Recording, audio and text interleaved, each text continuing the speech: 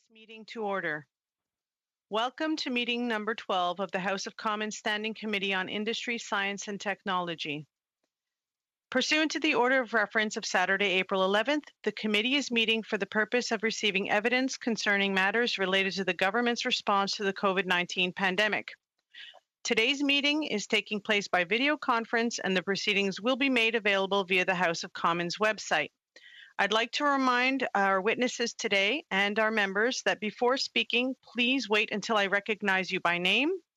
When you are ready to speak, please unmute your microphone and then return to mute when you are finished speaking. And when speaking, please speak slowly and clearly so that the translators can do their work.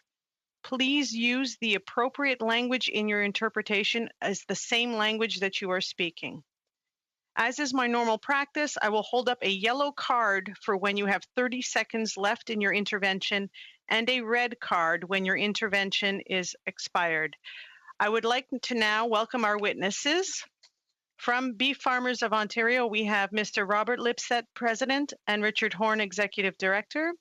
From the Canadian Cattlemen's Association, we have Rob Lowe, President, and Fawn Jackson, Director, International and Government Relations. From the Canadian Federation of Agriculture, we have Keith Curry, Vice President, and Scott Ross, Assistant Executive Director. From Dairy Processors Association of Canada, we have Philip Vanderpoel, Vice Chair, Dominique Benoit, Treasurer and Member of the Board of Directors, and Gilles Fromet, Secretary. And from Morton Food Services, we have Mr. Robert Calcott, President. We will have 5-minute presentations by each of the 5 groups, followed by our normal rounds of questions.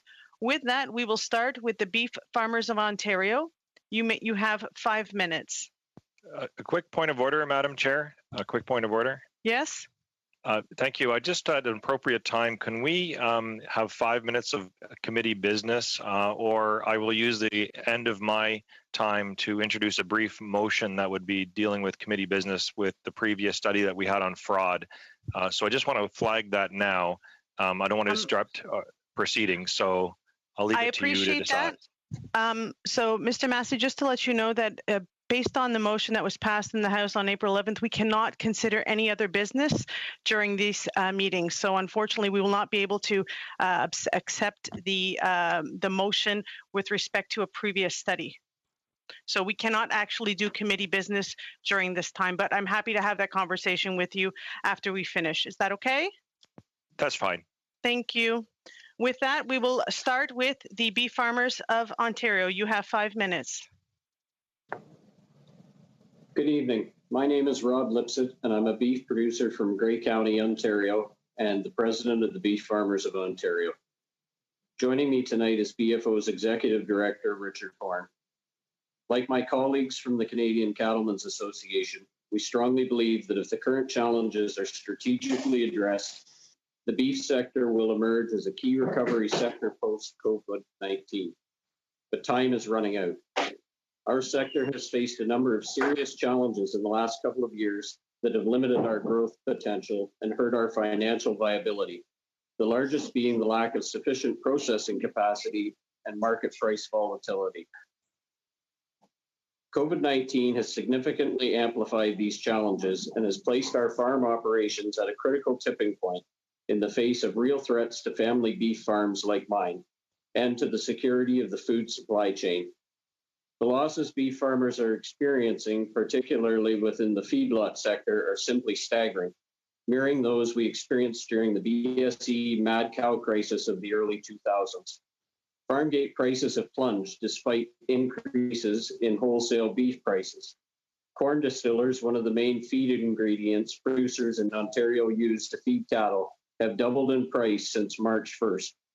Per head losses have averaged around $300 per animal during COVID, despite the fact that Eastern Canada has largely maintained its processing production. Before Richard speaks to our recommendations, I wanted to share a part of a story an Ontario beef producer sent me regarding the impacts COVID-19 has had on their farm. And I quote, "We try to sell cattle to the processors every week, but currently we've had a load of cattle listed for sale for more than 3 weeks with no bids because the processors are backed up.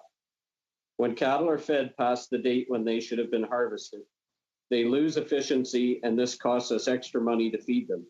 When this happens, we incur weight discounts at processing between 15 and 35 cents per pound. Each month, I have to do a statement of inventory for my banker. Since March 1st, we have lost $245 per head. Through the BSE years, government did an excellent job of supporting farmers, and that is likely the #1 reason I'm still farming today.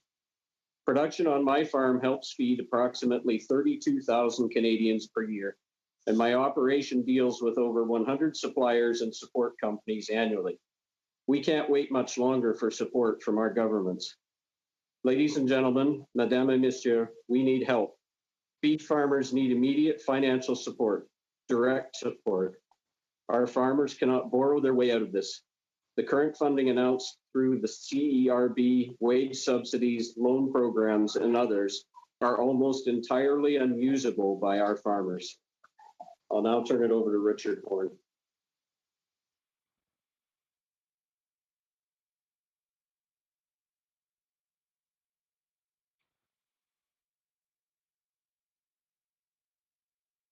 Sorry about that. Our first recommendation is to introduce immediate enhancements to business risk management programs. Our strong preference is for the federal government to immediately contribute to Ontario's risk management program. In our belief, this is the most effective way to ensure support for beef producers in Ontario. We also support the recommendations made by CFA and others like CCA to enhance the current suite of BRM programs.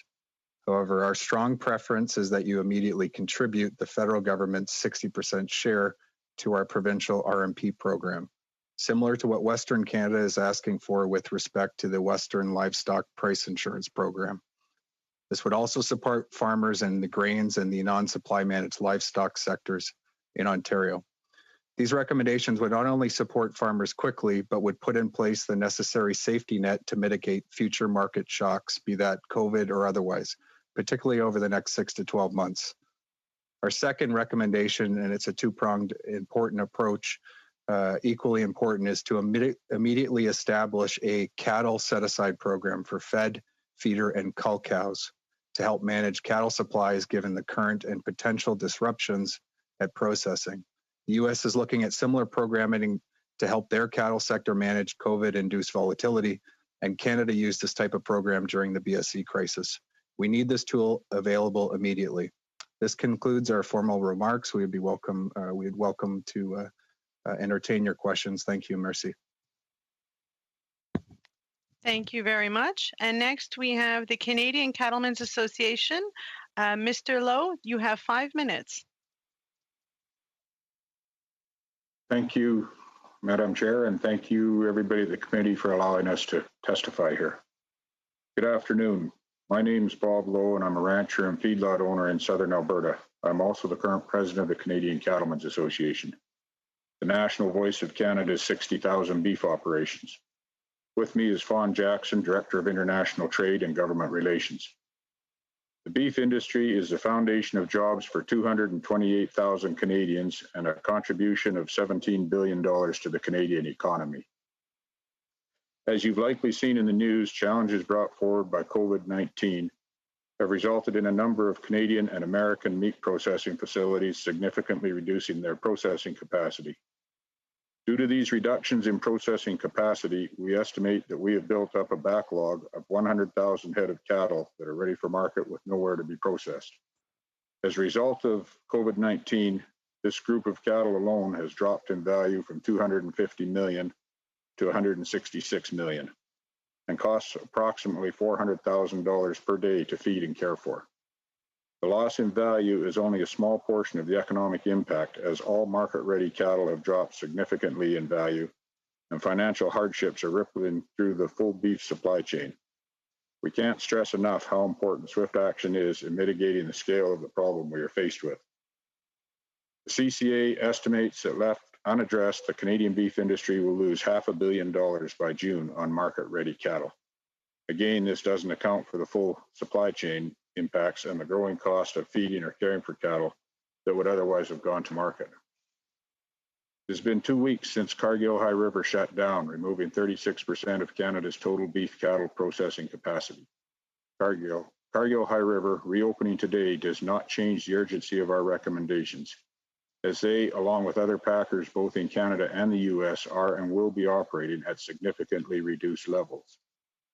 We estimate that 6,000 to 9,000 head of cattle per day are still being backed up within the Canadian beef supply system. Eastern Canada previously was dealing with these shortages, and you've just heard from Rob about the problems in Ontario, so I won't go into that.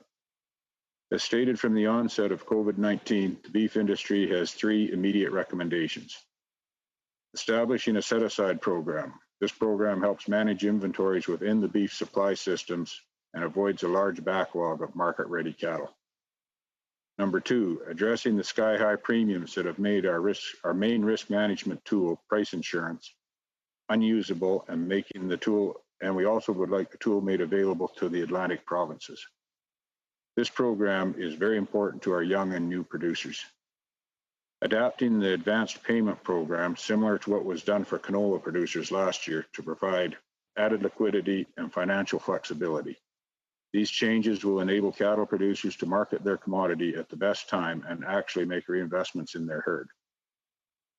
CCA has also stressed the importance of assisting with challenges at processing facilities.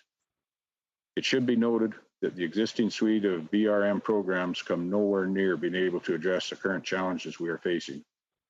For example, AgriStability has only 31% total farm enrollment, and for the beef industry, the utilization rate is much lower, due to the structure of the program not being suitable for beef farms.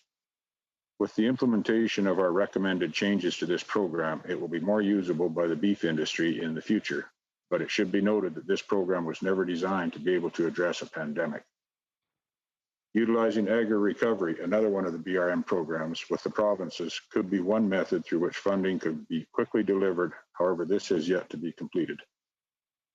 Furthermore, as Rob mentioned, the current funding announced CERB wage subsidies, loan programs, or otherwise are almost entirely unusable by our industry. Canadian beef industry knows the impact of hard economic times, having lived through them during the early 2000s. Following the difficult financial times of BSE, 27,000 beef farmers exited the industry, marking it as one of the largest economic, social, and environmental structural changes in Canada's agricultural industry. We lost a generation of young producers during the BSE crisis, and today our younger and newer producers are once again the most vulnerable group in our industry due to extreme hardships we are currently facing. We have to do everything we can to find ways for all producers to weather this storm, and immediate, multifaceted action is needed. Thank you, and we look forward to your questions. Thank you very much. Next up, we have the Canadian Federation of Agriculture. I'm not sure if it's Mr. Curry. Will you be taking the floor? You have 5 minutes. Thank you, Madam Chair, and to the committee members for this opportunity to speak to you tonight and to talk about the difficult realities that farmers and the food supply chains across Canada are facing due to this pandemic. These next days and weeks are very essential if we are to ensure Canada's domestic food supply is secure both now, but also into the future. I am Keith Curry. I am Vice President of the Canadian Federation of Agriculture, and I'm also President of the Ontario Federation of Agriculture. And my colleague, Scott Ross, is with me as well tonight. CFA is Canada's largest general farm organization, providing a unified voice for over 200,000 farm families right across this country. Food systems around the world are being challenged by unprecedented challenges and untenable operating conditions. The challenges and the uncertainty that they introduce highlight the importance of a domestic supply of affordable and nutritious Canadian food, a critical factor in good public health. They must be the leading priority behind the direct public health impacts of COVID-19. Canadians have always been able to depend on farmers to grow food, but today Canadian farmers are asking for immediate assistance from our federal government to be able to continue fulfilling that responsibility. Without it, Canadian consumers could see a decrease in the amount and variety of food at their local grocery stores, as well as higher prices in the months ahead. Canadians have always been able to depend on farmers to grow food, but today Canadian farmers are, I applaud the collaborative efforts of all levels of government in mobilizing their resources to protect Canadians' health, demonstrating what can be accomplished in the face of urgent challenges when we work together. There's no shortage of issues facing Canadian farmers and their food supply chain. The primary concern is the labor shortage impacting farms and food processing. We welcome many of the measures taken to date. However, continued logistical and recruiting challenges are leaving farmers short in critical labor needs. This extends to processors and other key buyers of agricultural products who continue to experience disruptions, absenteeism, and reduced capacity. The second concern is increasing unexpected costs COVID-19 is placing on Canadian farmers.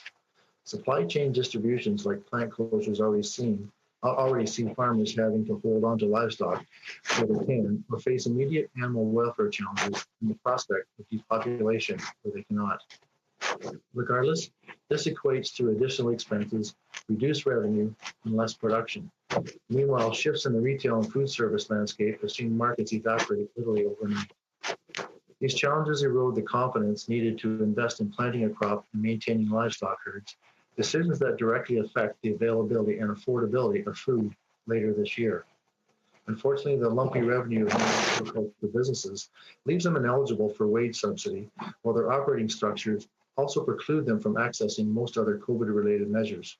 I would be remiss in not stating the extreme level of frustration and stress farmers are experiencing, particularly as they're repeatedly told to look for support from existing business risk management programs that farm organizations have identified for years as inadequate and in need of reforms prior to this unprecedented crisis. Reports from individual farm businesses identify losses well in excess of tens of millions of dollars. And these programs just weren't designed to deal with the kind of financial challenges we're seeing play out this year. I implore you to recognize the urgency of the situation and the need for immediate targeted programs to respond. The CFA is calling for an emergency preparedness plan that gives farmers confidence to overcome these challenges, targeting investments in a number of key areas. Most immediate of which is a flexible and responsive emergency fund, giving farmers and food businesses confidence that there will be expedient financial support for targeted programming to help them address previously unforeseen challenges.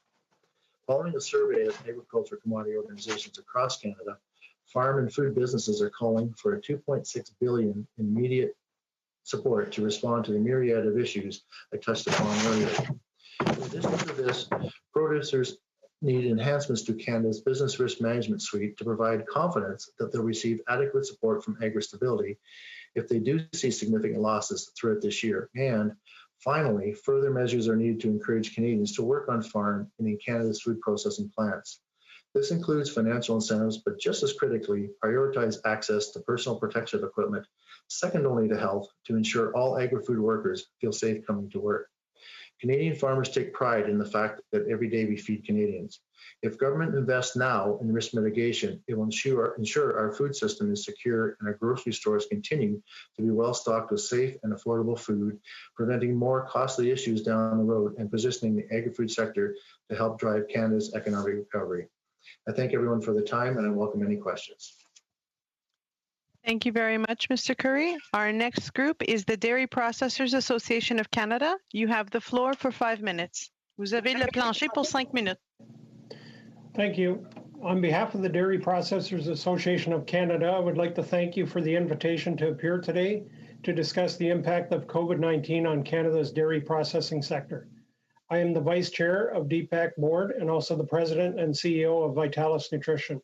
Joining me on this call is Dominique Benoit, Treasurer of the DPAC Board, and Jill Fremont, Secretary of the DPAC Board.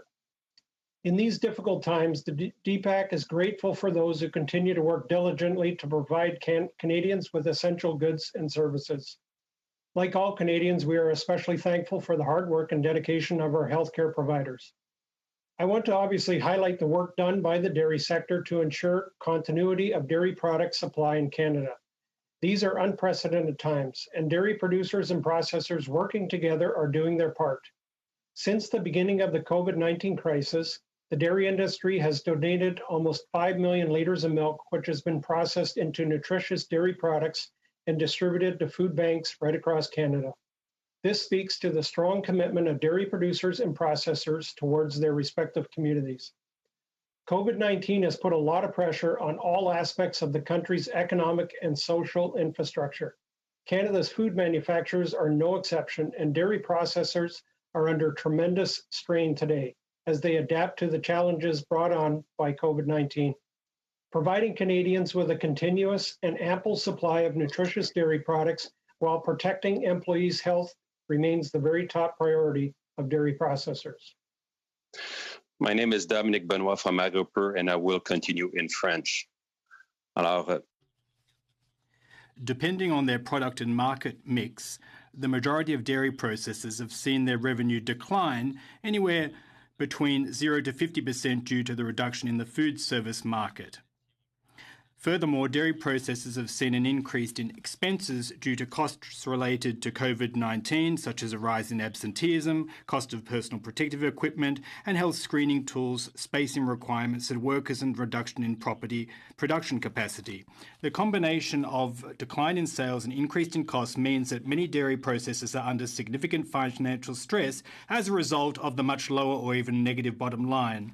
We recognise and appreciate the emergency support programs announced by the federal government to help businesses mitigate the impact of the COVID-19 pandemic. However, these programs often fall short for most food processing organisations, and as such, we recommend expanding current support programs to capture more operations through two key measures. First, selected elements of the Business Risk Management Program should be extended by Agriculture and Agri-Foods Canada to the critical foods processing sector to address margin losses, notably the impact of EBITDA. Second, as currently structured, the Canada Emergency Wage Subsidy will leave some food manufacturers without support because revenue declines will not meet the 30% threshold in April and May. We propose that the government provide a sliding scale of support for revenue reduction between 10 and 30%. We cannot come here today without putting in broader context of the COVID impact in the dairy sector. At full implementation, when considering the last three trade agreements, Canadian dairy processor will lose about $320 million per year on a net margin. On top of the market access concession, CUSMA has a clause that impose caps on worldwide export of Canadian milk powders, which take it increasingly difficult to balance the supply management system. As per the clauses of the agreement, there's a significant difference between year one of CUSMA and year two, both in terms of the cap that having CUSMA entering into force on July 1st instead of August 1st will have a huge impact in the dairy sector as it means that year one of CUSMA will last 30 days as opposed to a full year.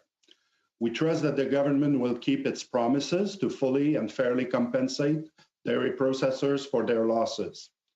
As such, we would like to remind the committee of the twofold approach to mitigate the negative impact of these trade agreements. First, allocation of import license to Canadian dairy processor, and second, a dairy processor investment program. In conclusion, the pandemic has brought unprecedented challenge to the entire Canadian economy, and the dairy sector is facing significant pressure, endangering its financial viability. It is imperative that essential activities like ours be treated as such by our governments. We thank you for the time topic, and we will welcome any question you may have. Thank you. Thank you very much, Mr. Froment. The last witness is Mr. Robert Calcutt from Morton Food Services. You have 5 minutes. Good evening, committee. My business, Morton Food Service, just celebrated our 100th year in 2019. We employ over 110 individuals throughout southwestern Ontario. Just some background, we started as a small retail shop on Ouellette Avenue in Windsor and have progressed to become a broadline food service distributor to independent restaurants in all of southwestern Ontario, including the Niagara Peninsula and the First Nations reserves on the Grand River. Over 75% of our 1,200 customers have closed their doors as a result of the Government of Canada's mandate to the restaurant industry. They were simply not equipped to convert their operations from sit down to takeout, and they're also very concerned about the safety of their employees. What they've come to realize is that their fixed expenses, rent, mortgage payments, equipment leases, taxes, insurance, etc., are still accumulating, and they will eventually be responsible to pay them. The CEWS wage subsidy is not very helpful to our accounts, nor to my company. Subsidies do not create revenue, which is what we require. The CEWS subsidy will be helpful when my accounts are allowed to reopen and we begin to build up some revenue, only if it's extended well beyond June 6. Can you imagine trying to cover your fixed expenses and pay employees when your business is only doing 25% of its normal volume? As for Morton Food Service, we have a number of specific hurdles that have yet to be addressed. We have around 1 million cubic feet of fully temperature-controlled warehouse space to ensure the safety and the integrity of the 6,500 food products that we regularly have in stock. The expenses we incur to maintain this space are substantial: rent, hydro, insurance, distribution equipment, to name a few. We also have a fully refrigerated fleet of delivery vehicles, 20 vehicles on full service leases, which cost us approximately $70,000 per month. Other items such as equipment leases, insurance, hydro to keep our building fully temperature controlled, lease of a sophisticated computer system to fully track all food products from farm to table, etc. We incurred all of these expenses in order to properly and safely service our customers. The Government of Canada has legislated our customers to close their doors, causing an 80% decline in our overall business. Yet we are still responsible to maintain these fixed expenses with next to no revenue and a very poor cash flow. Hardly seems fair. To make matters worse, our competition consists primarily of two multinational companies, Cisco Food Service and Gordon Food Service, both based out of the United States. They would love to see businesses like mine be forced to close, as they would simply control even more of the Canadian food distribution landscape. We have partnered with many local Southwestern Ontario farming businesses to provide us with products that our multinational competition doesn't carry in their inventory. This provides a small local farmer with an avenue to distribute their products, and it provides us with some unique items that our competition does not carry. Clearly a homegrown win-win. As our business suffers, so do the small local suppliers. I'm obviously very passionate about my business, my customers, my suppliers, and my employees. If we are unable to continue, our market will be fully controlled by two U.S. mega distributors who I've already mentioned. Federal assistance in the following areas is desperately needed to keep not only my company afloat, but also my small local suppliers and my customers. One, continuance of the CEWS wage subsidy for many months after the restaurants are allowed to reopen again. It is of very little help right now. Two, subsidies to cover the fixed expenses I mentioned earlier. These expenses were incurred in good faith in order for my company to be in business and service the independent restaurant trade in Southwestern Ontario. We have no way to fund them while our business is down 75 to 80%. This will cause us to permanently close our doors if not addressed in the very near future. Three, subsidies to cover mortgage payments for those businesses who choose to purchase rather than rent their premises. Many of my customers are in this situation. They didn't want to simply rent their premises and build up no equity, so they purchased their building with a large mortgage. Covering rent will not help them. Loans will also not help. How would they ever be repaid?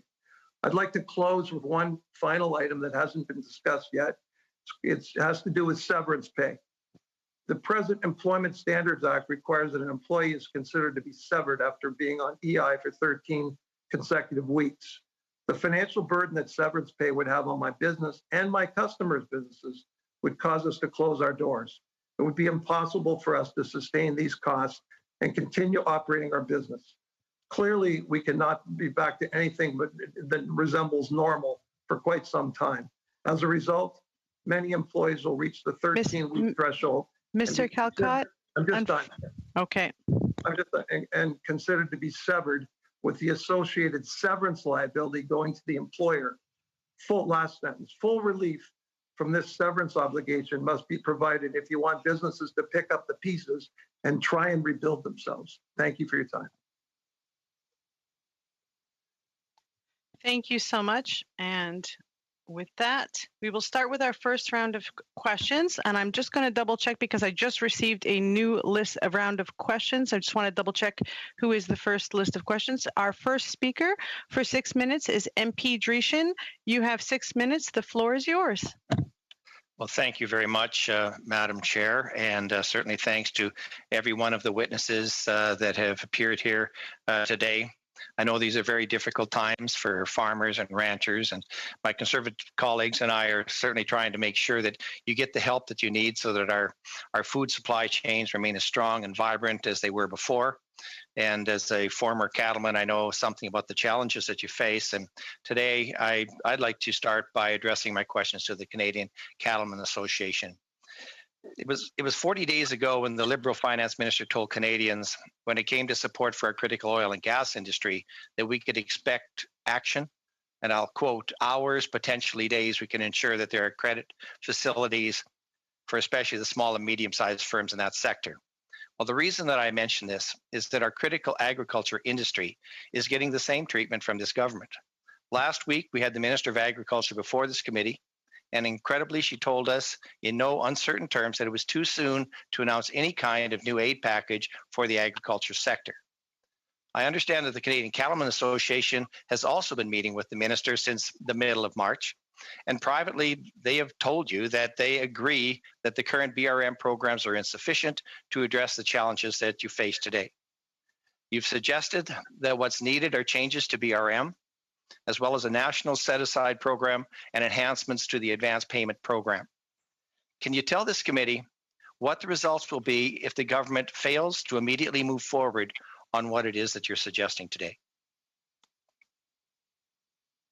Yeah, this is fun, and maybe I can start and then hand it over to Bob. And I think that history taught us a very important lesson with BSE. So following BSE in the early 2000s, we lost 27,000 farmers who left the Canadian beef sector. And that certainly had the largest impact on our young producers. And so for many reasons, we know what programs work. We know a set-aside program works. And that's why we want it implemented as soon as possible.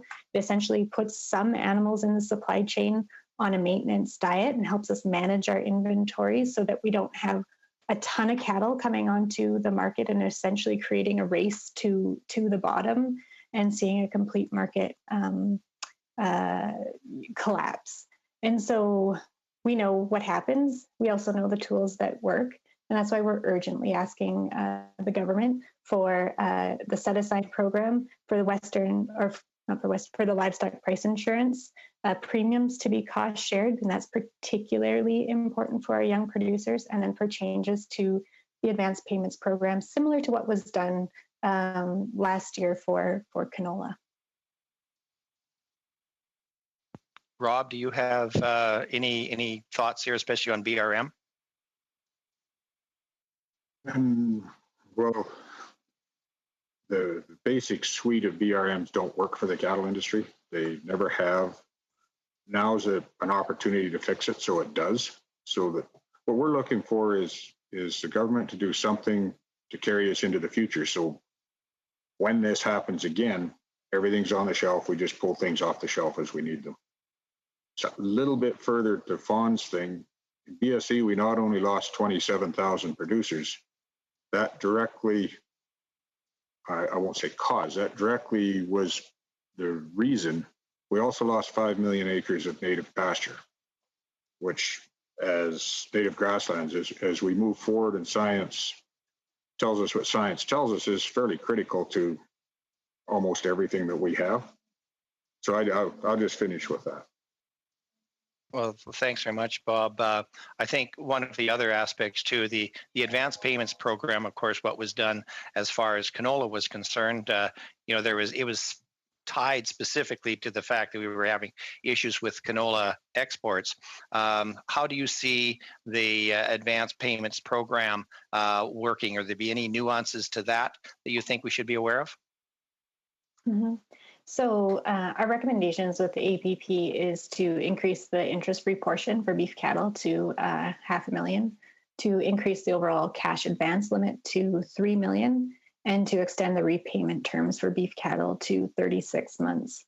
And essentially what this will do is it'll enable producers to invest in their beef herds and to also not have to sell at the bottom of the market, so that they can hold the cattle for a longer period of time. And again, not putting this continual downward pressure on the market. So really it's about enabling producers to make the best financial decisions that they can. So it gives some flexibility to them.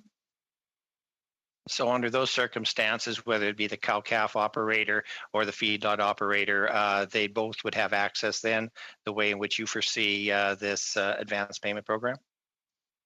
Yeah, and I think that the key thing here is that right now we're at a 30-year low of the total beef cow herd here in Canada. And so we see opportunity for growth. And we see that we can, one of the engines for the Canadian economy. Last year, we saw just under 20% increase in our value of our exports. So if we can get this managed correctly, we'll be able to grow the Canadian economy. Thank you. And I know that you're not directly associated with the food processing sector, but certainly it's something that is important to your organization. Effectively, 80% of cattle destined for processing plants are essentially backed up in the system. And according to the Western Stock Growers Association, revenues are down by, they're saying 90%, and the cost to producers. MP Dreeshen, unfortunately, that's your time for this round. Okay, Our next round of questions goes to MP Lloyd Longfield. You have 6 minutes.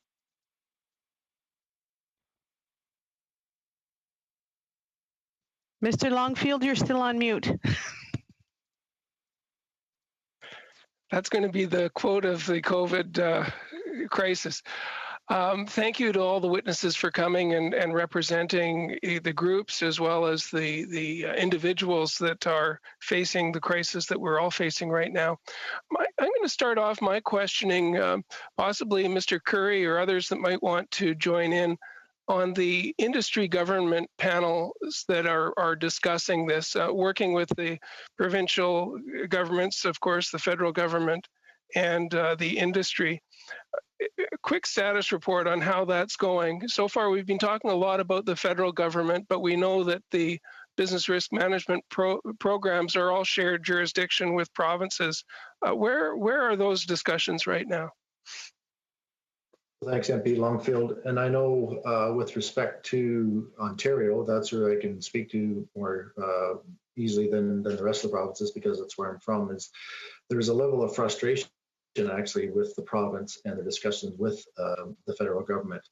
And they've been desperately trying to maintain that communication, not just with BRM, but with all things that's going on in agriculture.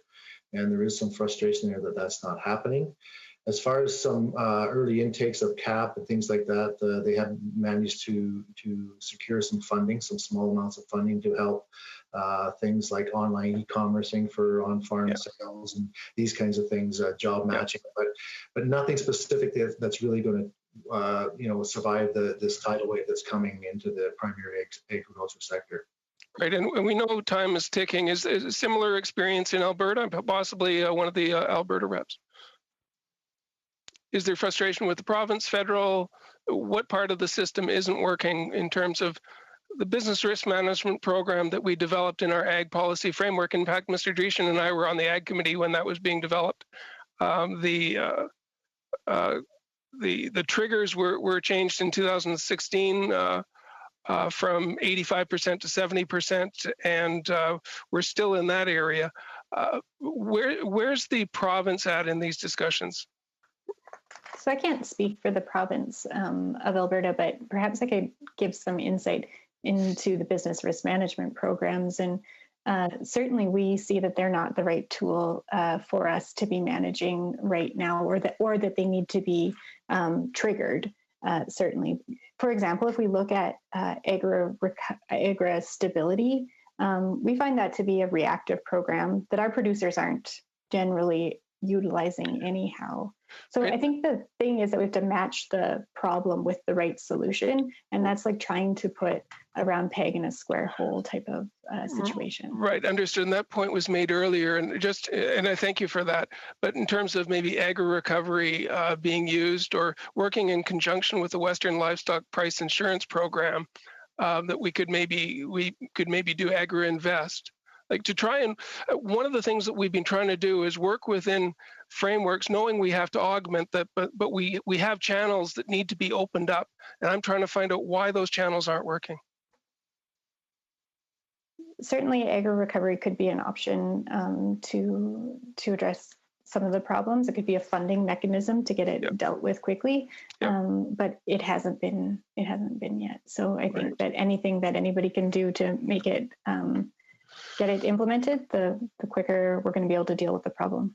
Great, thank you. And industry partners, the industry government working group, we've used those types of groups with canola, with other diseases that have hit. We had tuberculosis a few years back.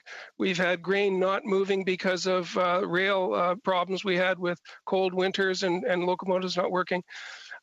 These working groups have been very, very helpful. It doesn't look like this one is being as responsive. I'm trying to find out why. Yeah. Not just to you, Madam, but anybody from Mr. Lowe or I'm like Fawn. I can't speak for the Alberta government any more than I can speak for the federal government. Yep.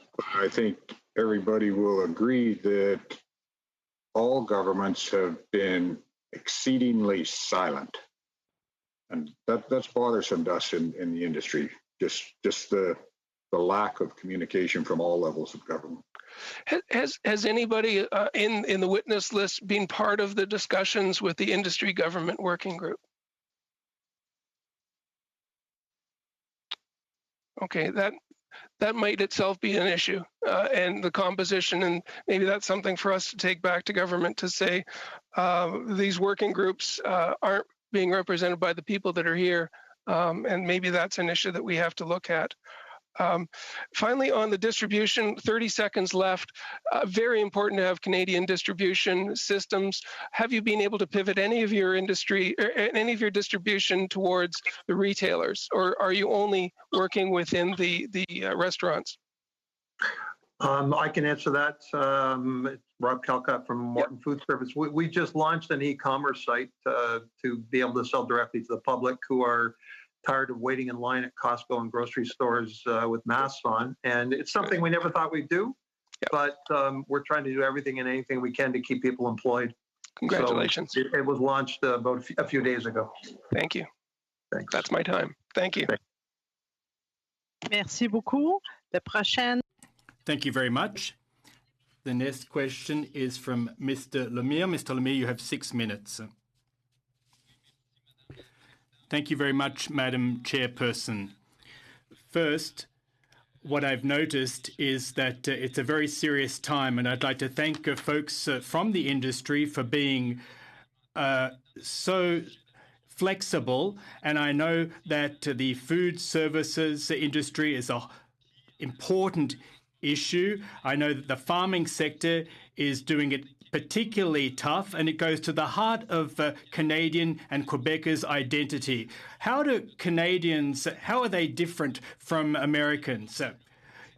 Well, we have food sovereignty and the issue of culture, and we don't want to be swallowed up by the US, and that's a huge risk, particularly in the context of COVID-19 and the free trade agreement, which was just signed and will come into force as of the 1st of April.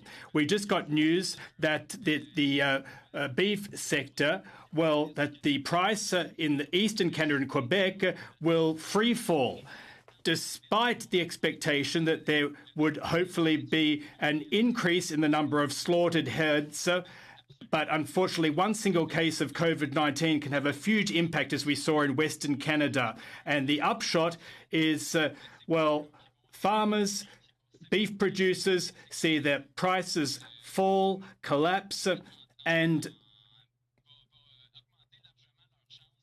that sizably increases the likelihood of them having to close down, which would be a huge tragedy. We need to be able to protect our economy against the small players, against the Americans. There have been relief measures for small and medium-sized enterprises. They've been promised for a long time, but they're not reaching the pocketbooks of the producers themselves. And it's high time that action is taken because it's becoming urgent.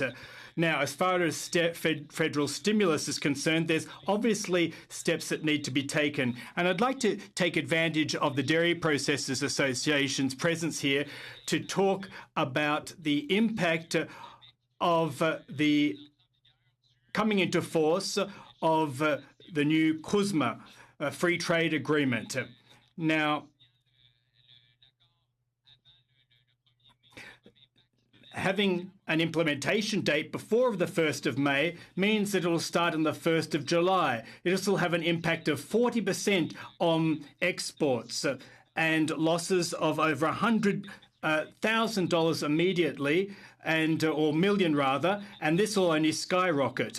So I'd like to know what kind of relief fund you'd like to see for your industry to see it be tied over in this COVID-19 context. So je peux la prendre, Gilles.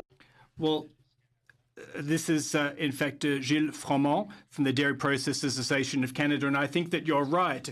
The coronavirus is having a huge impact, which is being felt across the board. Now, with the agreements that we signed and the demands that processors have made, are to the tune of $750 million for the 3 agreements. That is the CETA, the Trans-Pacific Agreement, the European Agreement, and this new CUSMA agreement that will come into force in July with our US and neighbours and Mexico. So what we're calling for with respect to CUSMA is the following. We were told very clearly that there was a backroom deal and that we wouldn't see that come through the pipeline until the 1st of August. And as you correctly pointed out, the coming into force date is in the 1st of July rather than the 1st of August. Now, this level of flexibility would have given us would have been better for us given the amount of that we intended to export in the first year. And now we're only going to be able to benefit from this from 1 month, which is completely ridiculous. Then we'll go into the second year after 30 days after the coming into force of the agreement, and this will amount to a significant loss for our industry. Question: well, that is indeed a disaster. So there's 2 types of milk, the protein and milk powders, and there's huge competition. And one of the consequences is the United States has blocked the market and the sale of milk powder on the marketplace. And of course, there's the tariff contingencies. What mechanisms could be put in place to ensure the survival of our companies and also processors themselves?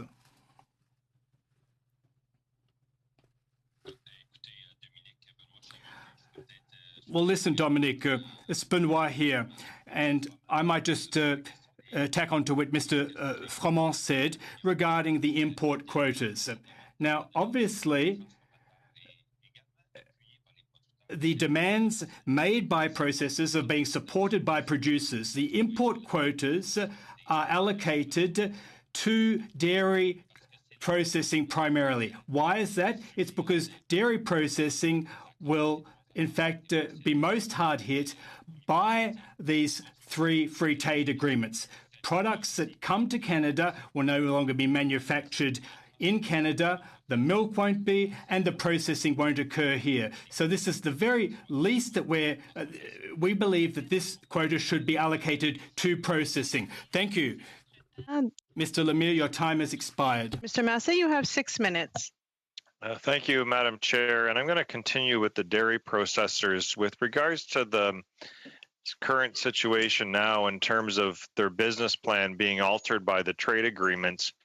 Was there kind of a business plan you had prior to COVID-19 that had, I guess, some benchmarks or at least some established normalization, so to speak, after the trade agreements came into effect and potentially some of the programs that were promised? Was that ever identified or developed by the industry itself in terms of a normalization period to adjust to the trade agreements because they do have a negative impact on your operations in general?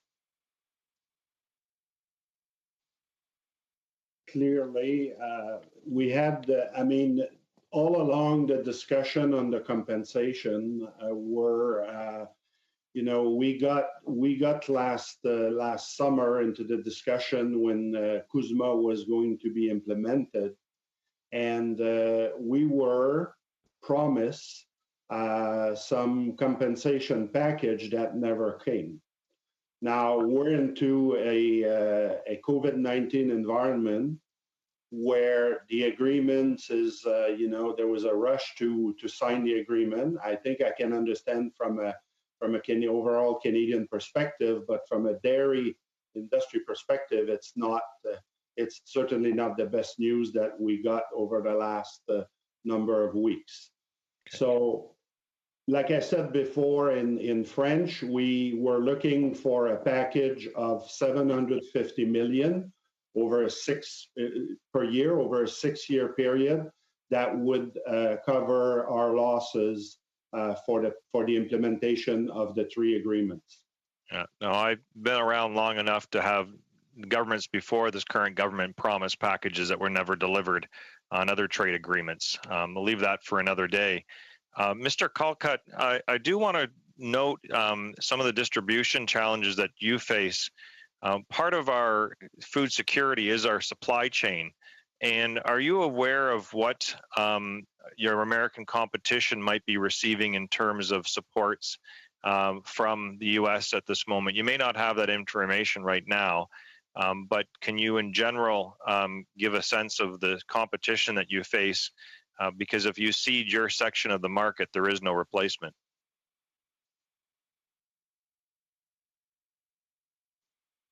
Your microphone.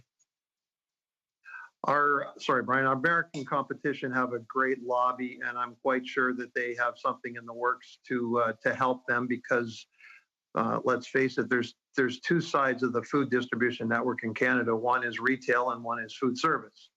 We're in the food service sector distributing to restaurants, and we're clearly going to need assistance. They have a very, very strong voice over in the United States, being the size of the companies that dominate that market. In Canada, and I didn't mention earlier, I was speaking about my company, Morton Food Service, but there's at least 20 Morton Food Services around Canada, relatively small, competing with Sysco and GFS, who are all in the same situation we're in. If we don't get relief in the way I mentioned in my talk, it will leave Sysco and GFS controlling our marketplace. So there's clearly some relief that needs to take place. Would it be fair to say that you and I guess similar operations that are regional in nature deal with more of the organic and also local food supply chains, that some of the larger ones maybe go to the chains or do not engage the smaller to medium-sized businesses? I think all of my associates in business across the country have used that as an advantage to deal and compete with Sysco and GFS. We deal with companies like Grey Ridge Eggs, Norfolk Potato Company. These are all Ontario companies. Shaw's Ice Cream, Yubilia Mushroom Farms. They all use that as an opportunity to have unique products that Sysco and GFS simply can't carry. So without us, those companies would have no way of getting to market. And you've introduced the notion that the CEWS wage subsidy program maybe be extended. I'm also curious to know, were you a recipient of any supports to shift your business?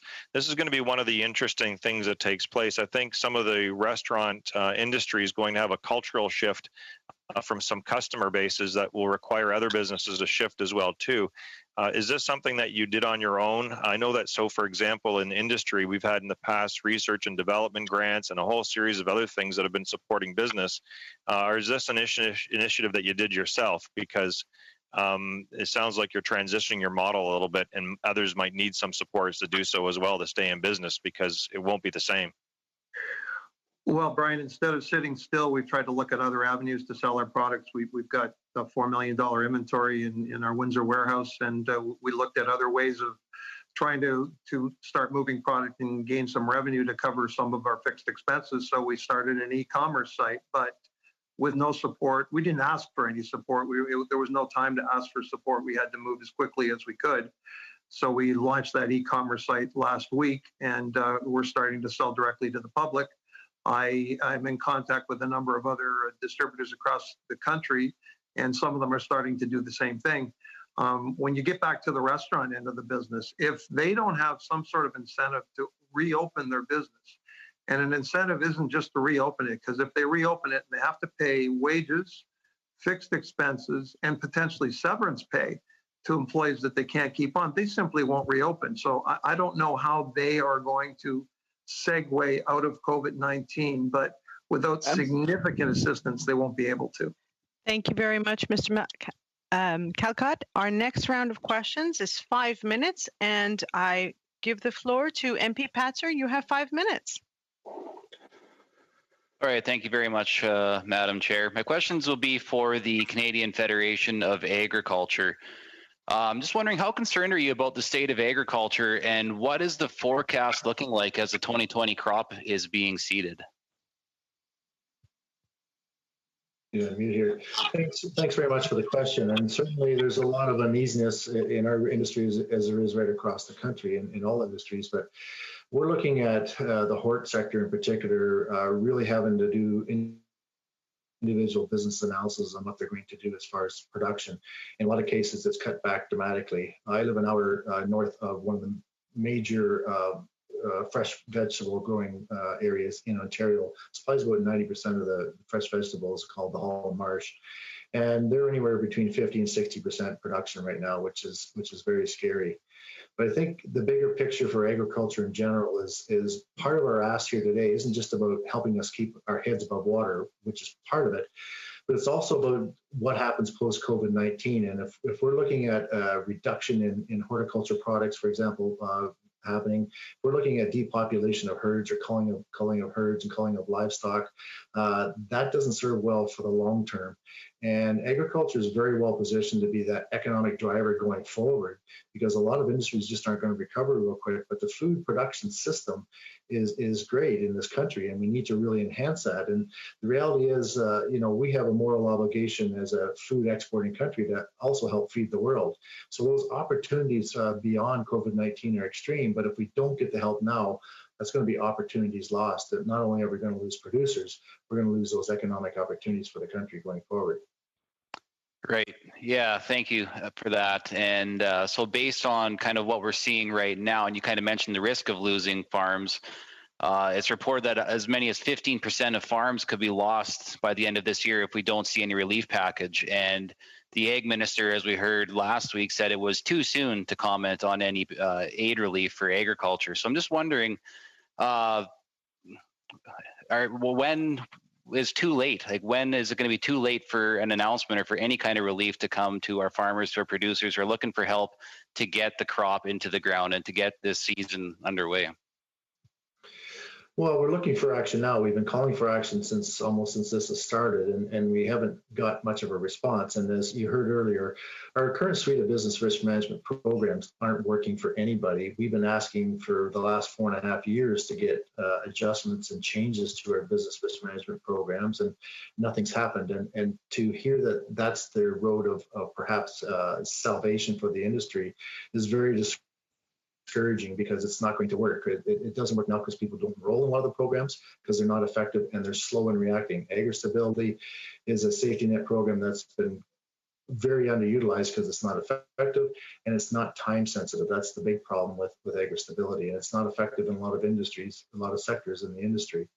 So we need action now, both to keep our people's heads above the water, but also we're going to see the long-term effects of this because there's a lot of people that have invested in their businesses. New facilities are being built, mortgages are taken out on those new facilities, and with herd cutbacks, they're not able to make their mortgage payments consistently, and we might see destruction in the industry and leaving people exiting the industry long beyond the near future. It might go on for several years as people try and struggle to get out of this. Yeah, it's definitely a huge concern. And one of the other concerns that people have been raising with me here is there's massive delays in getting processing for loans, whether it be through like the Canadian Canola Growers Association.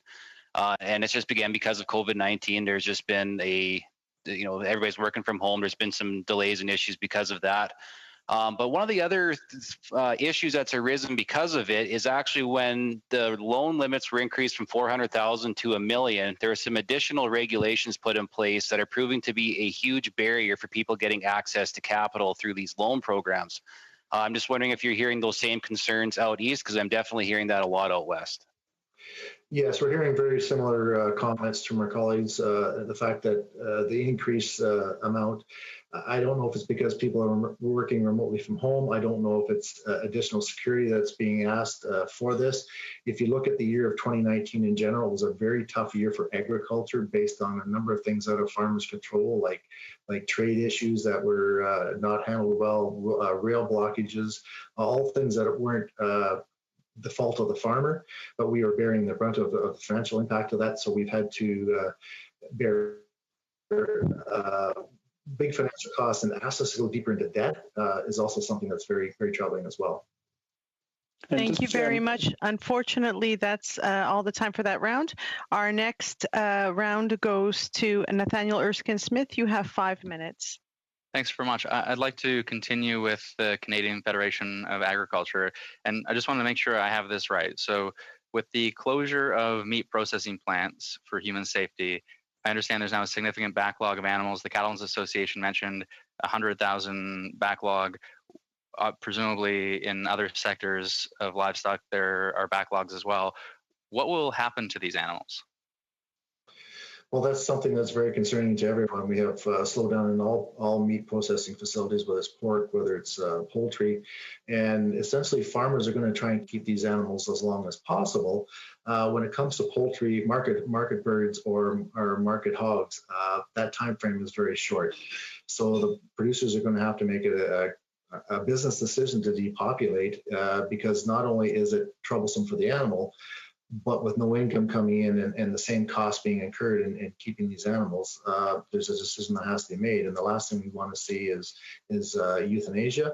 But in some cases, it's the only answer to solve this problem. So we're looking for the government to help these processing facilities as much as they can to introduce more PPEs, whatever they need to do to keep the processing at whatever kind of normal is in today's world. And not all farmers are in a similar situation here, obviously. So where a farmer is a canola farmer, or like my father-in-law has soybeans, there obviously are economic considerations for all farmers, but for livestock farmers, there's this additional consideration of animal welfare. And so, to your knowledge, have any steps been taken to prioritize animal welfare, or are your farmers looking to prioritize animal welfare that have livestock? Well, absolutely. I mean, animals, and I'll maybe let Bob jump in here too. But animals are they're like family to producers, and so certainly animal welfare is of great concern. And you talk about grains and oilseed producers, and right now they're planting, but they don't know what their market's going to be in the fall. Of course. If our animal populations decrease, that hurts the market for the grains and oilseed sector as well. So I don't know, Bob, if you want to jump in on the animal welfare side of things. Sure. From the beef sector, as we've heard, pork and poultry have a shorter time frame. Beef sector is longer. One of the reasons we want to increase the advance payments staying out to 3 years, if more covers the cycle of beef. But as producers, there's not a producer on the planet that is going to talk about euthanasia unless it is absolutely the last ditch effort. That's a useful segue into my next question, because I've already seen reports of euthanasia. PEI is an example. I saw hundreds of pigs that had been euthanized. Mr. Curry, is your organization tracking the number of euthanized animals or tracking the number of animals that are to be euthanized? Is there any system of reporting here? Our system is staying in collaboration with our national commodities to get reports back from them. And you're right, particularly in the pork sector, there's grave danger. I know in Manitoba, Quebec, and PEI in particular are looking at euthanasia. Ontario is very, very close. We even had a producer in PEI that spent $50,000 out of pocket to run an extra shift at the Olin Mill plant in Quebec on the weekend just to get his market pigs through. He's never going to recoup those costs, but he didn't want to euthanize his animals, so he found money to run an extra shift. So these are the kinds of things that, to Bob's point, that farmers will do what they have to keep these animals alive, but at some point in time, a decision has to be made. And when that decision is made, I don't know if this is right, but it was provided to me, and I'd like some clarification with respect to approved, authorized practices for euthanasia. Is the practice of thumping actually approved for pigs? I can't answer that because I'm not a veterinarian, or I'm not. I can't answer it for particular provincial laws, but. I don't see farmers that would do that. Farmers are going to euthanize in a humane way. They will work with their veterinarians to make sure that this is done in a proper way.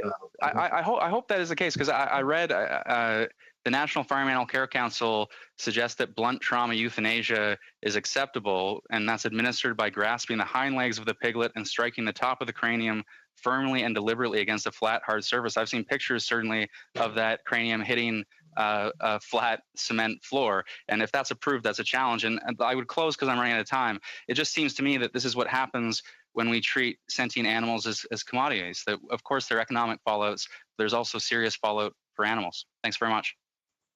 Thank you very much, Mr. Erskine-Smith. The next round of questions goes to Leanne Rood. You have 5 minutes. Thank you, Madam Chair. My question is for Mr. Liepert. The beef industry in Ontario and Eastern Canada has faced severe processing capacity shortages for months. I've been asking the federal government since December of 2019, which was when the Riding Regency plant closed here in Ontario, what their plans were to ensure beef producers had somewhere to send their cattle for processing. I've also been hearing from many industry representatives and farmers across my riding of Lambton, Kent, Middlesex that the current business risk management programs are not able to address the challenges that they're currently facing, which is something you alluded to in your opening remarks. And now with the COVID-19 pandemic, we're seeing the vulnerabilities in our food supply chain, and that there may be shortages across Canada for Canadians being able to access beef, Canadian beef. And many farmers, including our beef producers in Ontario, are facing very critical times, and they're questioning their financial viability going forward. So what immediate initiatives can the federal government take to help our cattle and beef industry through this crisis, and perhaps specifically in Ontario? And you did kind of allude to the cattle set-aside program, if you would like to elaborate on that a little bit more. Sure, thanks, Leanne. It's kind of a two-pronged approach for us in Ontario, and our ask for the Ontario Risk Management Program top-up is really vital. It's a program that has proven to work, and it goes hand in hand with CCA's national ask to share cost the premiums with the WLPIP program as well. But we need the set-aside program at the same time, because that set-aside program allows us to control the flow of market animals, and there's a mechanism set with the committee that they can speed up or slow down that flow. So we could release animals early if there was room at processing, or we could hold them back longer, and those costs would be covered off to hold them back longer. So I think the real answer is that the set aside and a top up to our Ontario Risk Management Program go hand in hand. Great, thank you.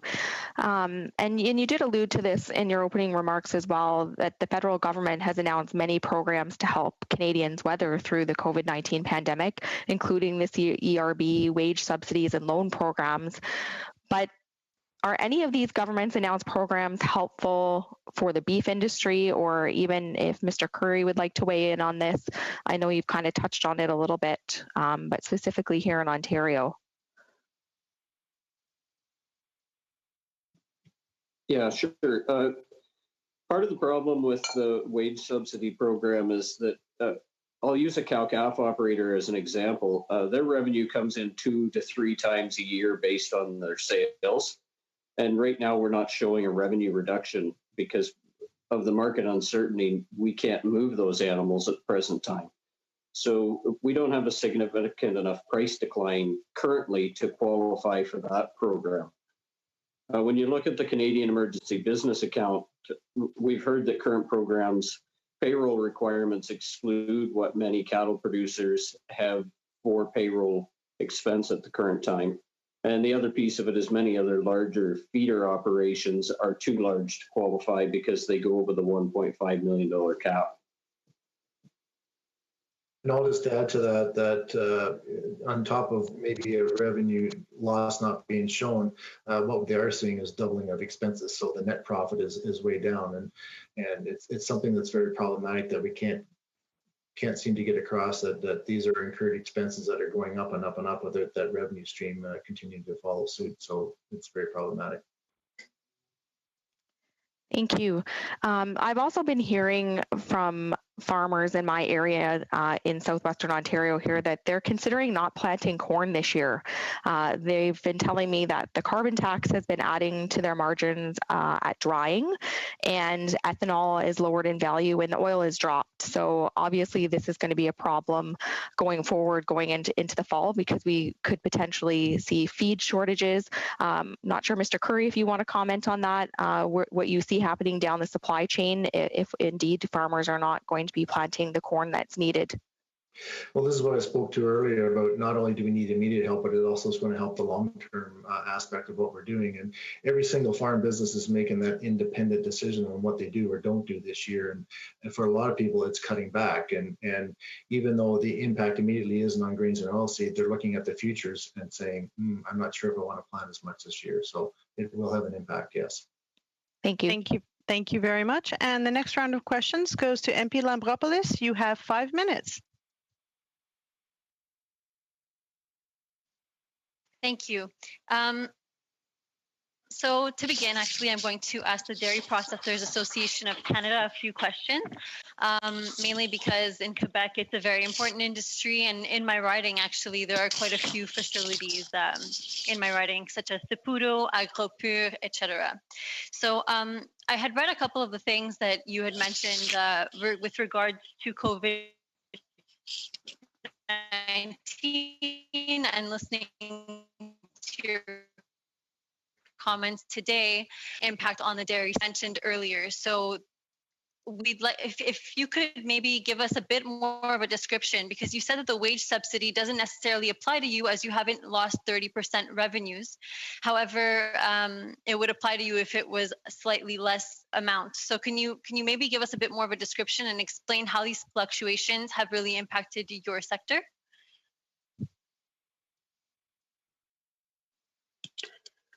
Yes, I can certainly answer your question, and bonjour. It's nice to see you again. I guess the situation in which the dairy processors are is the following. We have lost a very significant share of our market, which is the food service business that has disappeared in large part. And we have not been able to recuperate that business entirely from the growth in retail. So we end up with a situation where processors are losing sales. Their mix of product is different too, but certainly they're facing a lot higher costs to operate. And I think thanks for all the processors and our labor, we've been able to maintain supply in the market and feed Canadians, and we're really proud of that. But the reality is that we're facing lower sales, higher costs, and none of those programs put in place to cope with the COVID has been made for our situation. So what we're asking is changes to current programs so to support our industry, because right now we're being put in a situation where the financial viability of businesses is put at risk. And furthermore, and when you take into account the trade environment in which we were already in, and it's even worse now that CUSMA is coming into play, we're facing a tough situation and we need help now. Thank you very much. As you are in my writing, I haven't received any kind of feedback from you guys or from any of the dairy processing companies. And so, I would just encourage you as well to reach out to your MPs, because that's our role here. And we want to make sure that we are getting feedback to the government when these programs have rolled out so quickly. Obviously, the COVID-19 situation was one that we had to adapt to very quickly. And so we tried to help as many people as possible, as quickly as possible. But it's important to hear your feedback in order to change the programs, in order to better reflect your needs. So thank you for that. And pour la Fédération canadienne de l'agriculture, mentioned that there are many things that we can do as a government to change. There are many things that we can do as a government to help your industry. If we were to make changes today in order to make sure that we secure an affordable domestic food supply, what would those changes be? Sorry, was that question for me? You cut out there. Was that question for me? Sorry, I forgot to change the language on my computer screen. That was a question for you. So basically, if we can implement changes today to the programs that are available, which ones would you recommend we change immediately to help your industry? Well, we've been advocating for changes to agri-stability, certainly raising the reference margin level, but that will not be responsive enough or quick enough. It'll be part of a suite of what we're looking for. Certainly, we've been asking for a direct investment of 5% of 2018's annual net sales into agri-invest accounts. That will provide the cash necessary for people to try and keep their operations afloat and keep going. We do need certainly investment all along the entire value chain. Certainly, if processing's healthy, so will our sector be. As we see now with processing backing up, we need some investment there, along with our distribution system as well. I think Mr. Morton has highlighted that that is important to us as well. So it's a tiered approach to how we invest in the industry to make sure it's healthy. And just to add to Keith's remarks, I wanted to highlight, one of the core elements that CFA has highlighted as a concern is the need for immediate funding. Mr. Ross, unfortunately, that's all the time. So our next of $2.6 billion, and that's in recognition Mr. Ross? of a whole series of identified. Mr. Ross, thank you. Our next round of questions is Sébastien Lemire. You have 2.5 minutes. Merci.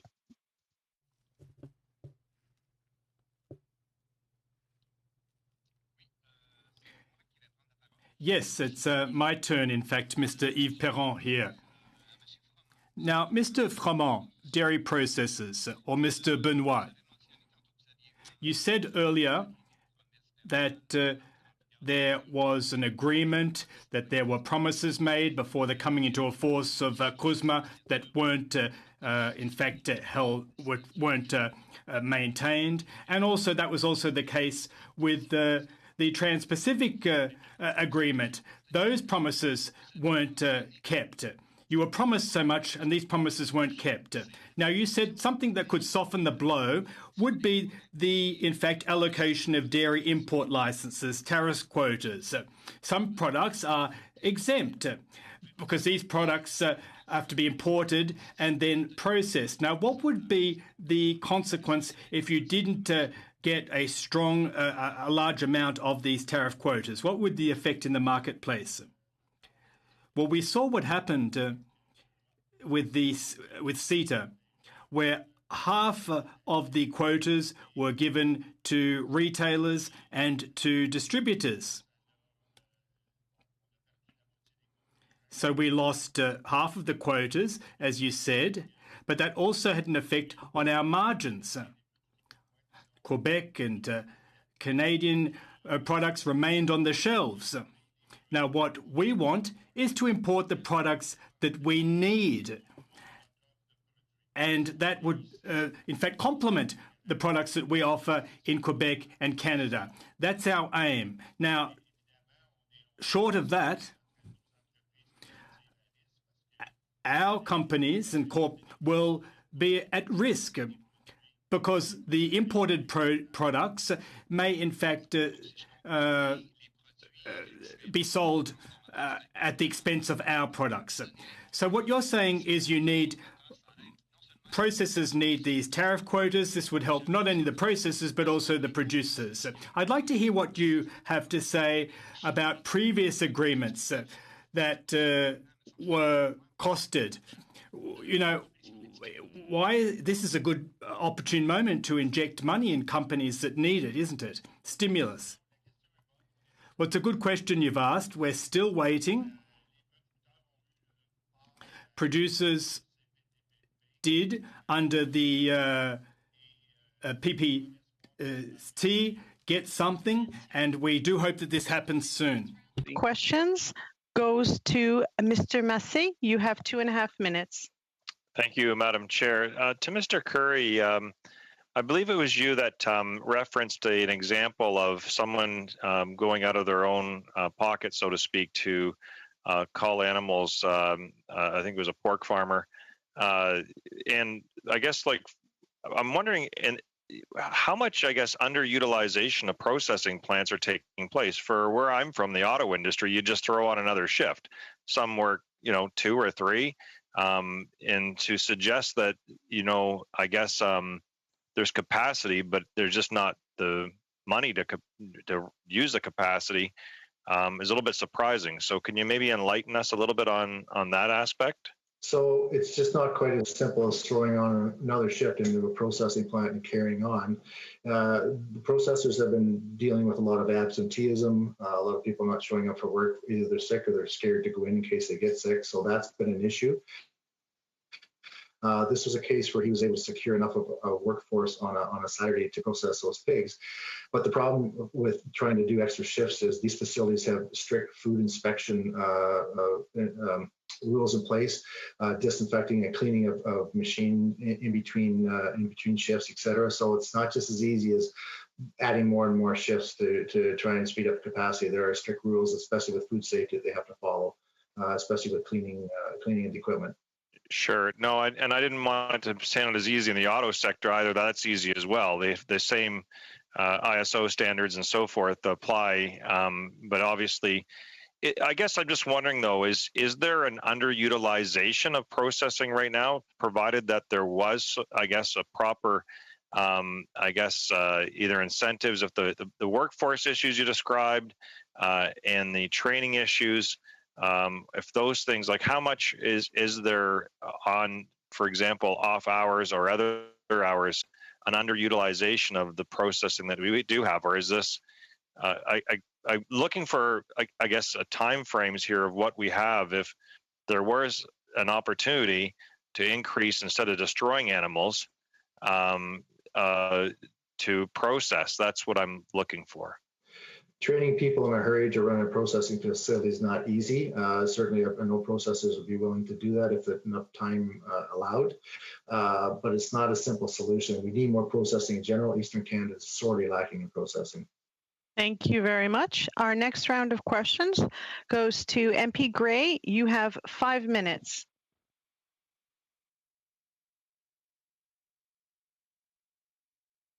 MP Gray, you're still on mute. Sorry, I thought it was off there.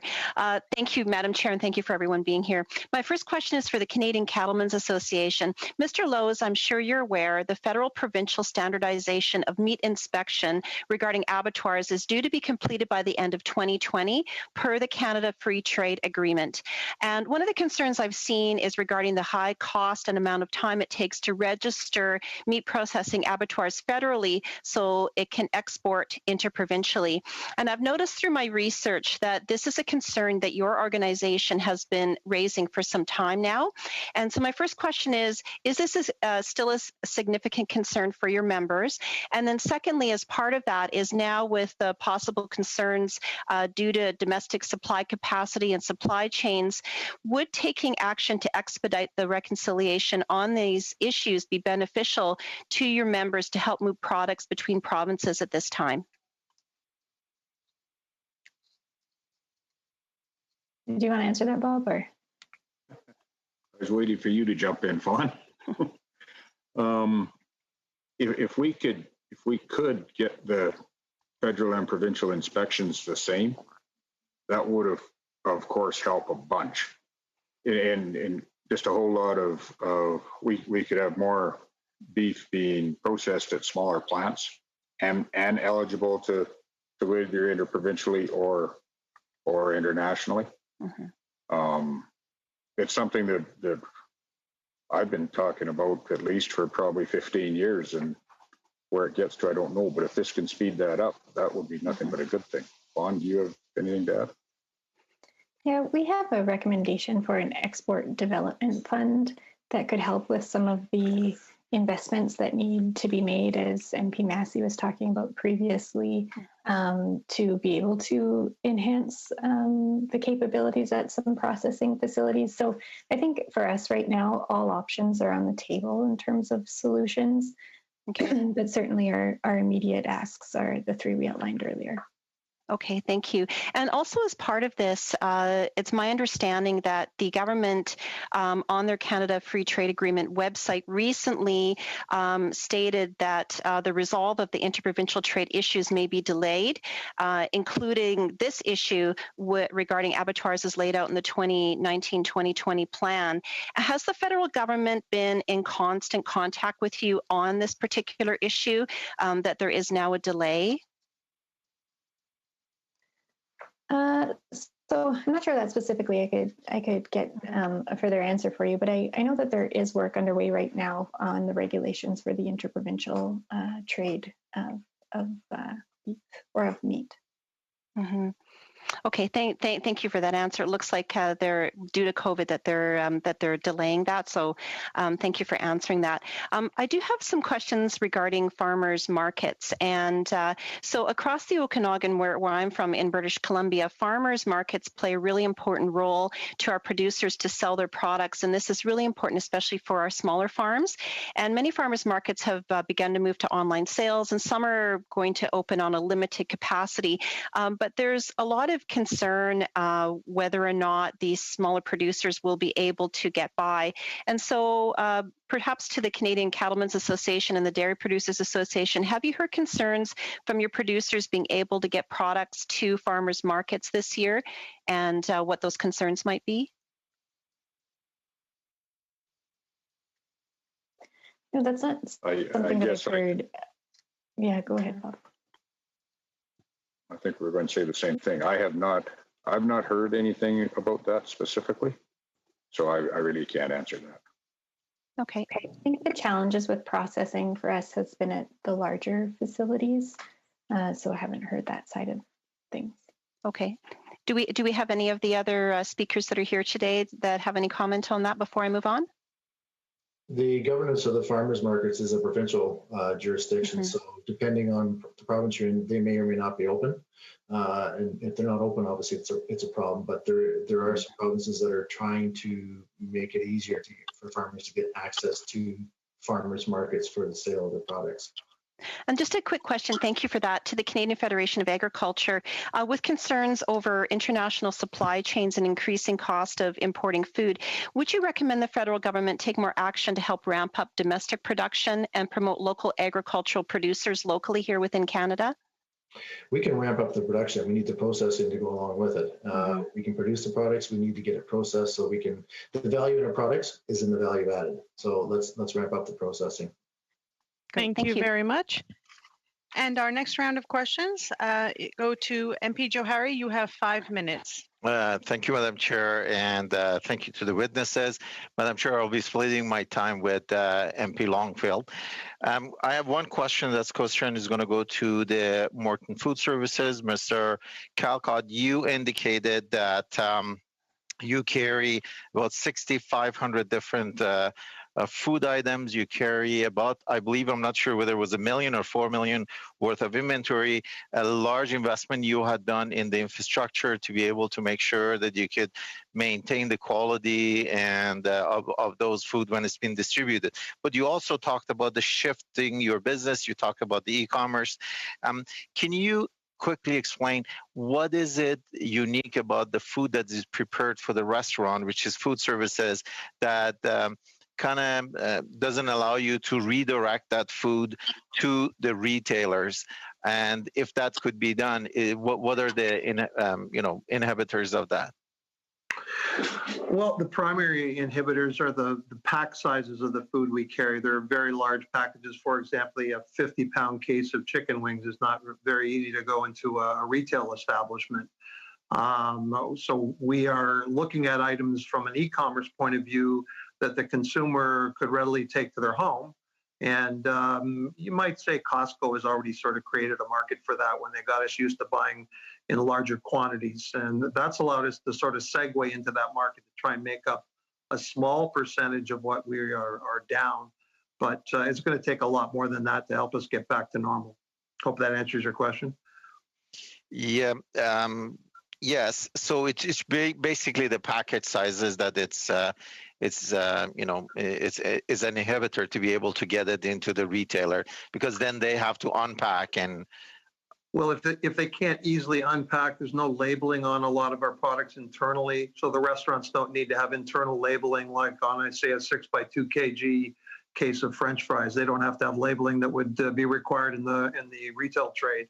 They're used to buying large quantities. That's where they get discounts, and it's better off for them from that point of view. So clearly, our end of the food distribution business is quite a bit separate from the retail trade. Okay, well, that was good. That was a good explanation. Thank you, Mr. Longfield. Over to you.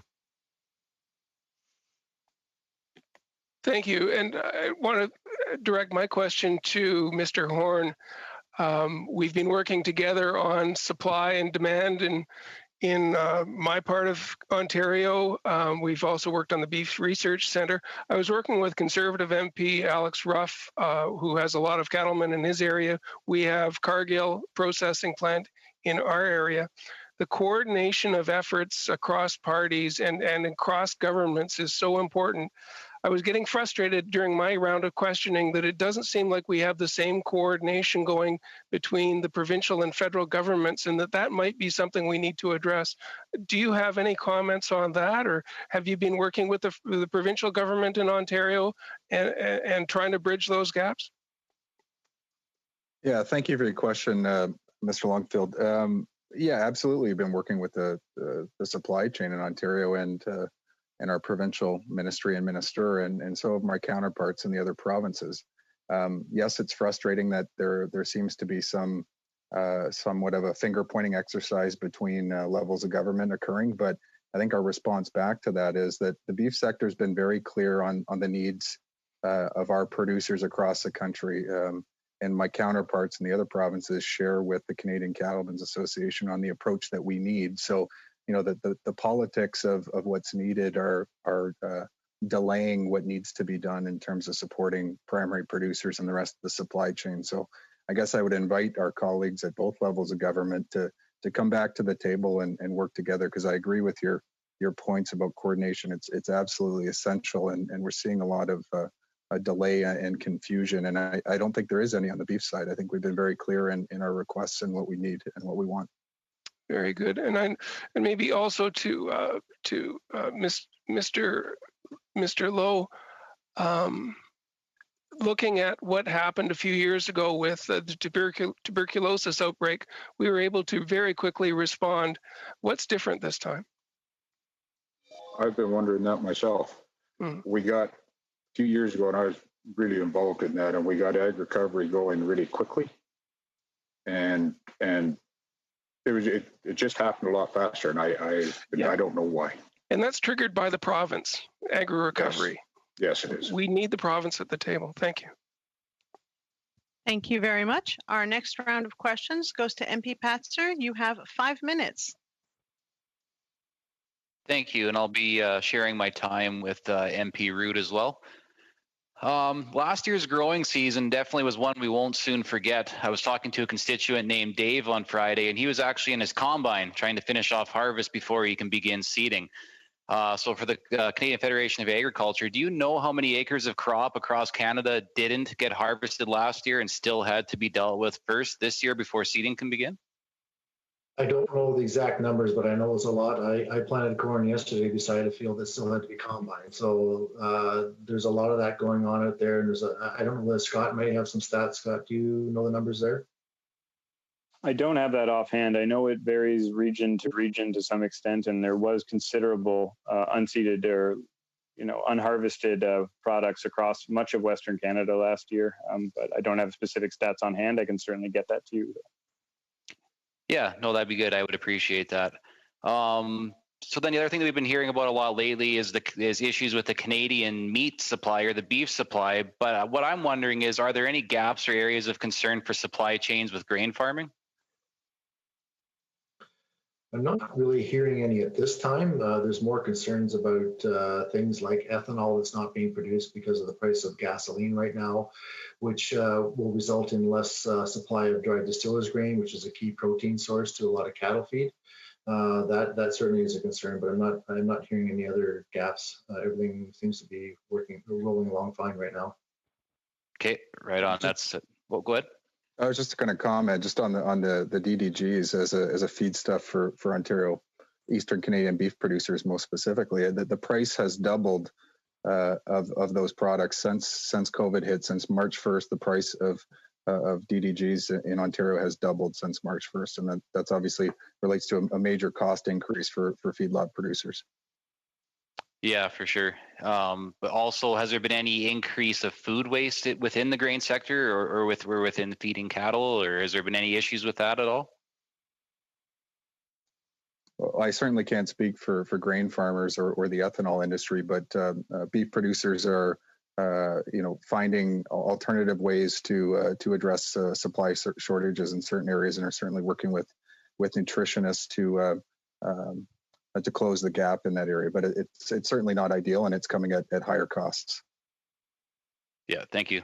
Okay, Leanne, go ahead.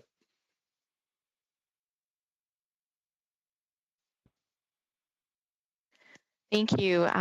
My question is for Mr. Curry. The CFA had come out calling for a $2.6 billion emergency fund to come out right away. I'm just wondering if you have heard anything back from the federal government on that. You'll have to unmute your mic. Sorry. To this point, the only thing we've heard back is we have to use existing programming.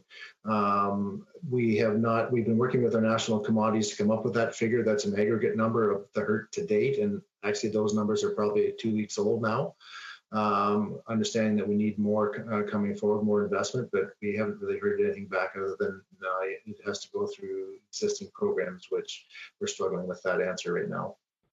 Okay. I would just like to follow up on Mr. Curry, if I could, for a moment, and just stress that the asks you're hearing coming from the cattle sector, for example, are the kinds of programming we factored into the calculation of that number. So that $2.6 billion emergency fund we speak to is really to ensure that there's funding available for the targeted sort of programming responses we're talking about today with respect to the cattle industry, for example. Great. A couple weeks ago, my colleagues and I had put out a call for a new program for the federal government to help match students with jobs in the agri-food and agriculture supply chain jobs. We've seen some shortages of labor due to COVID-19 right now, with not being able to bring in some of our seasonal agriculture workers. And the proposal would match students like the New Stream of Canada Summer Jobs with jobs in agriculture, giving them great experience in the industry and lots of opportunities there. I'm just wondering if you're supportive of that and what you've seen out there as far as labor right now. Definitely supportive of that. We're looking for labor. We're 15, 16,000 jobs short on farms across Canada, even with the foreign labor, a full complement of foreign labor. We are cautious, though, that just walking on a farm and starting to work isn't as simple as it sounds. I can't be an accountant because I want to be without training. Same thing with coming on the farm, but certainly labor jobs, there's lots of them out there. So we welcome any student support that was available. Thank you. Thank you so much. Our next round of questions go to MP Assassi. You have 5 minutes.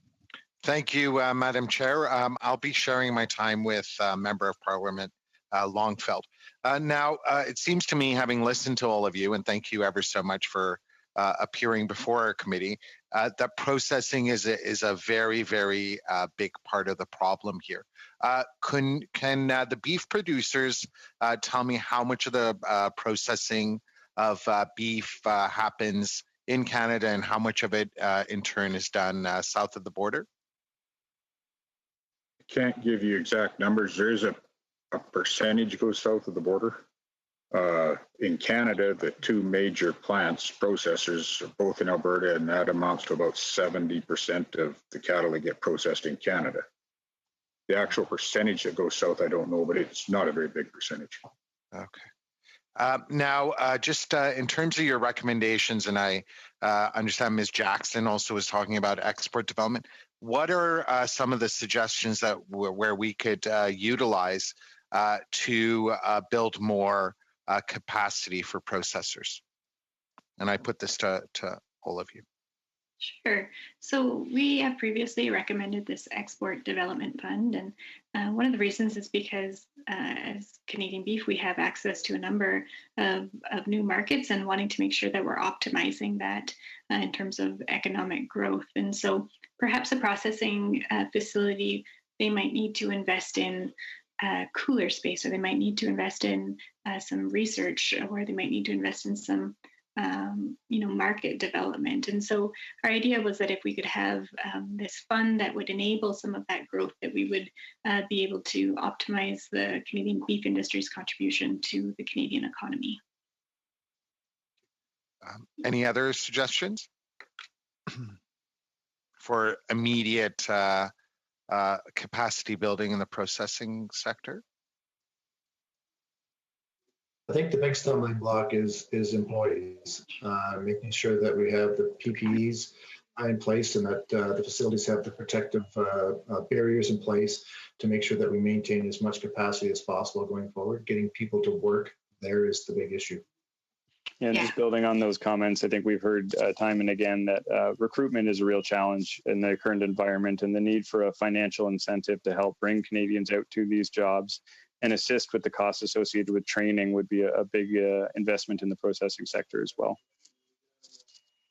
Thank you for that, MP Longfeld.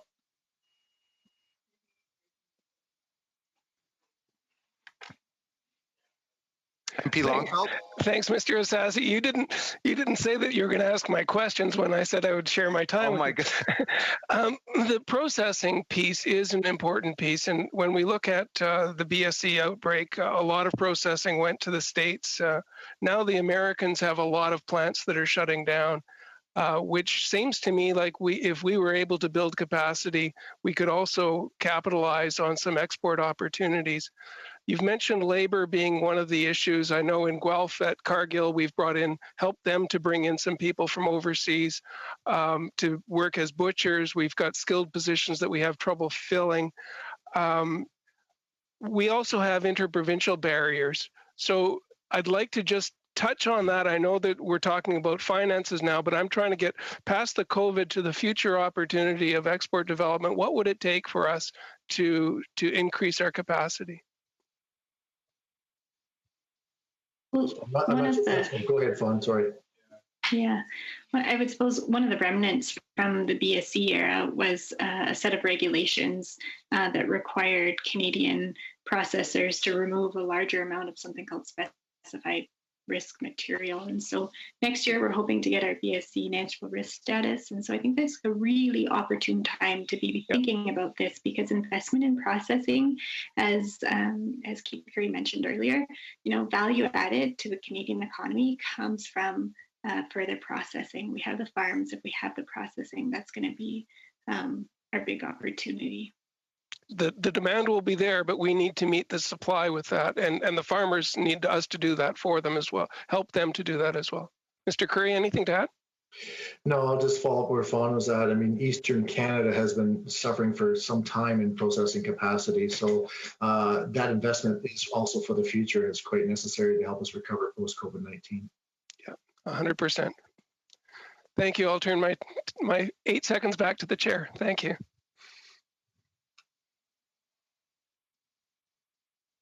Notre prochain tour, c'est... The next round, Mr. Lemire, you have 2.5 minutes.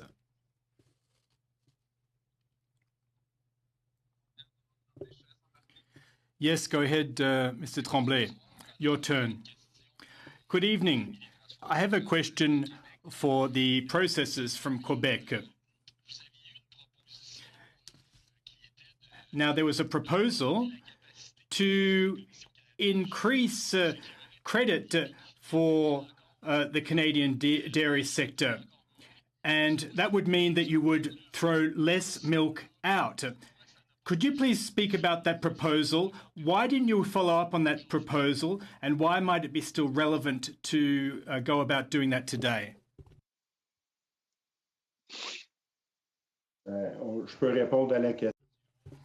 I can respond to the question. The reason that the Canadian Dairy Board's credit line was increased, or would be increased, would be to store more product. It's still a relevant proposal. It's still a proposal that's on the table, that's being studied by the Department of Finance. At least that is our understanding. Now, the situation has evolved over recent weeks. There was a surplus of milk previously, and now that surplus is leveled off. Now, what will be the situation in upcoming weeks? It's difficult to predict. As with every other participant around the table, we are facing an incredible level of uncertainty. And as processors, and Mr. Benoit pointed this out, there is had been a reduction in the food services sector, restaurants included, and a reduction in their demand. Obviously, milk is a highly perishable liquid as well, so you can't simply wait a week or two to process it. It has to be processed within a couple of hours. So obviously, we do process milk as is possible. But we don't want to be exposed if there's going to be stockpiled inventory. How are we going to sell that? And food services, restaurants are still closed. When will they reopen? Will many people be going out to eat at restaurants? That is creating a lot of uncertainty for the weeks and months ahead. Question. Now that this surplus is leveled off, does that mean the proposal is no longer relevant, or is it still relevant today? Response, well, I think it is still a relevant proposal, and it would give us more flexibility in addition to the other mechanisms to face this uncertainty in the upcoming weeks. Question, well, why wasn't this proposal acted on? As you pointed out, it was proposed quite a long time ago. Is there any particular reason that you've been given as to why this proposal wasn't followed up on? Well, apparently it's a regulatory issue. Madam Chairperson, how much time do I have left? I cannot hear you, Madam Chairperson. Unfortunately, your time has run out. The next turn is Mr. Masses. You have 2.5 minutes. Thank you, Madam Chair. From where I'm sitting right now, 3 kilometers away is Detroit, Michigan, where they have over 1,000 deaths from COVID-19. Michigan itself has 4,000 deaths and over 40,000 people that have been identified with the virus. So I have a little bit of preoccupation with becoming more dependent in operations, and I would also follow up with Mr. Colcutt with regards to his operations. I know that I received numerous complaints from different businesses that had border management issues immediately coming across from the Windsor-Detroit Ambassador Bridge and other areas related to having proper gear, protective equipment in a series of different disruptions. I'm just curious, in your operations, did you have any disruptions whatsoever, and what you've done about that? My concern, and part of this, is dependency model exaggeration coming out of COVID-19 for our country as a whole. And I know that you identified there's around 40 mid operators like yourself across Canada. And so what took place with regards to your operations as this ramped into a full-blown pandemic? Well, Brian, typically we don't bring a lot of products across the border. We purchase our products in Canada from Canadian distributors, Canadian manufacturers or importers, and local farmers, as I mentioned earlier. So that hasn't been a particular issue for us. But what is an issue is the large U.S. companies that I mentioned earlier, Sysco and Gordon Food Service, who do bring a lot of product across the border from the United States, and would be more than happy to service across the country with products the foreign products that they were bringing in, if something isn't done to help distributors like that.